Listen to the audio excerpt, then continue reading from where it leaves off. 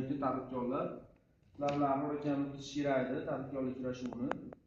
Yana men imzoyim o'qib oldim, ish bo'limiga qo'ygan sababli. Hop, hozirda yangiliklarimiz bor, mahsulotlarimiz sizlarga yetkazib o'tishimiz kerak buni. Hop, birinchi bo'lib tadbirkorlarga biznes ko'mak degan turimiz bor, 17 millionlikgacha.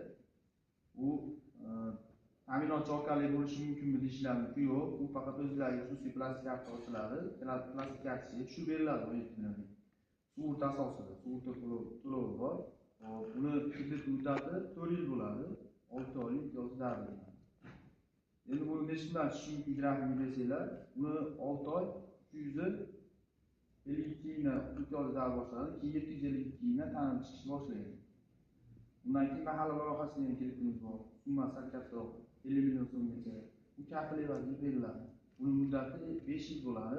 2 yil imtiyoz davrini 3 yil ta'lim chiqadi.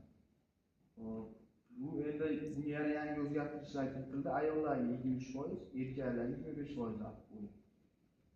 Bundan keyin 312 qarorga asosan kreditlarimiz bor. 100 million so'mgacha YATT, MTJ tadbirkorlik faoliyatini o'tkazgan tadbirkorlarga 100 million so'mgacha kredit beraveradi.